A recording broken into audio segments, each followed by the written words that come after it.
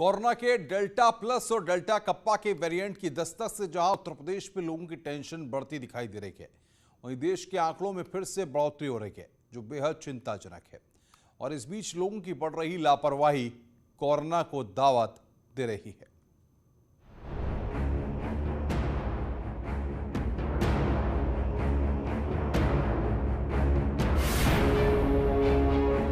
Corona की दूसरी लहर में देश में हाहाकार जैसी स्थिति देखने को मिली। करीब 1.5 महीने देश में एक बार फिर से लॉकडाउन जैसे हालात पैदा हो गए हैं। धीरे धीरे जब हालात सामान्य हुए तो लॉकडाउन में ढील दी गई, लेकिन पिछले 4 दिनों से फिर से कोरोना के मामले बढ़ रहे हैं, जो चिंताजनक है।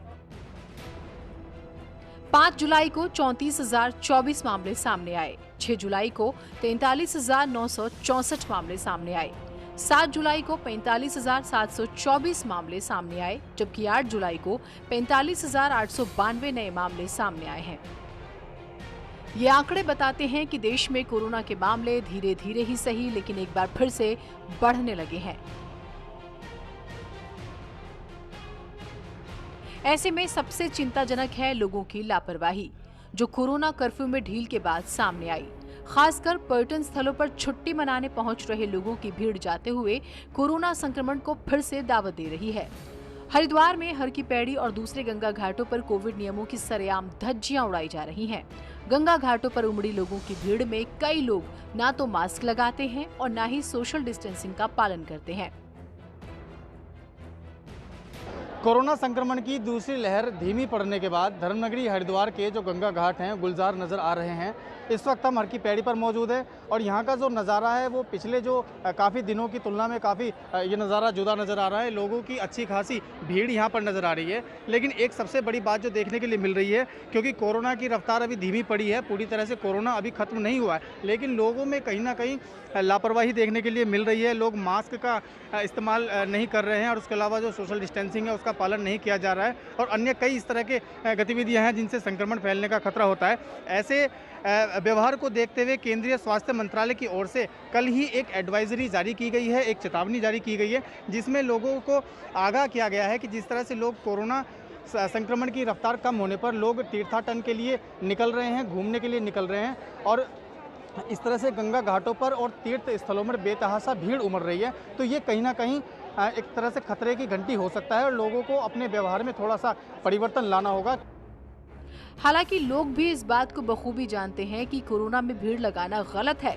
मास्क और सोशल डिस्टेंसिंग अभी जरूरी है, बावजूद इसके लोग बिना मास्क के कोरोना को दावत दे रहे हैं।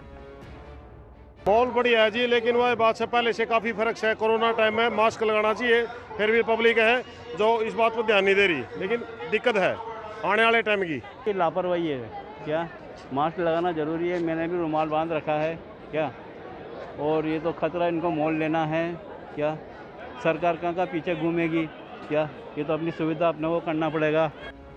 हरिद्वार ही नहीं, ऋषिकेश के पर्यटक स्थलों पर भी एनसीआर और आसपास के राज्यों से बड़ी संख्या में टूरिस्ट पहुंच रहे हैं, जिससे लगातार कोरोना प्रोटोकॉल का उल्लंघन हो रहा है। अगर यही हालात रहे तो एक बार फिर से स्थिति बिगड़ सकती है। उत्तराखंड के पर्यटन स्थलों पर लगातार भीड़ बढ़ती जा रही है और वीकेंड पर यह हाल हद से ज़्यादा बढ़ जाता है। टूरिस्ट बड़ी संख्या में उत्तराखंड पहुंच रहा है, जिसको देखकर लग रहा है अगर इस तरह ही इनकी रफ्तार पर काबू नहीं पाया गया तो आने वाले समय में एक बार फिर कोरोना पैर पसार सकता है, जिसके साथ ही मिलने वाली छूट पर रोक लग सकती है। पर्यटन स्थलों पर बढ़ती भीड़ को लेकर उत्तराखंड हाईकोर्ट ने चिंता जाहिर की और सरकार से कहा कि एक बार फिर से वीकेंड पर लॉकडाउन लगाने पर पुनर्विचार करे। साथ ही कोर्ट ने अगली तारीख तक मुख्य सचिव से वीकेंड लॉकडाउन के फैसले की रिपोर्ट मांगी। कोर्ट ने इस बात पर गंभीर चिंता व्यक्त की है कि जो वीकेंड टूरिज्म है वो अनकंट्रोल्ड हो रहा है और उसमें मानकों का पालन नहीं किया जा रहा, खासकर हिल स्टेशंस पे। तो इसको लेकर कोर्ट ने राज्य सरकार को डायरेक्ट किया है कि वो इस मामले पर जो रिलैक्सेशंस दिए गए हैं वीकेंड पर टूरिस्ट को, इस पर पुनर्विचार करे और अपने निर्णय से कोर्ट को अवगत कराए।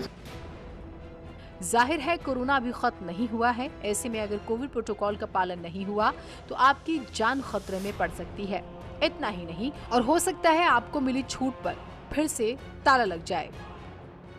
Bureau report, news 18 network. Uttarakhand के पर्यटन स्थल ही नहीं बल्कि लोगों की लापरवाही ट्रेन में भी देखने को मिल रही है। कानपुर सेंट्रल रेलवे स्टेशन से एक तस्वीर सामने आई है जो बेहद चौंकाने वाली है। वो ऐसे समय में जब उत्तर प्रदेश में डेल्टा के 3 वेरिएंट की दस्तक हो चुकी है। तस्वीर देखिए और सोचिए कि अगर इस ट्रेन में एक भी डेल्टा प्लस का मरीज हुआ तो क्या होगा।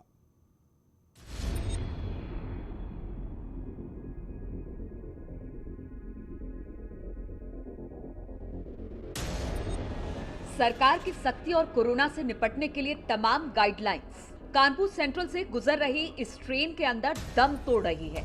ट्रेन के अंदर की ये तस्वीर बताती है कि इस ट्रेन में ना तो किसी यात्री को कोरोना की चिंता है, ना ही रेलवे प्रशासन को। इस ट्रेन की तस्वीर कह रही है, आ कोरोना मुझे मार।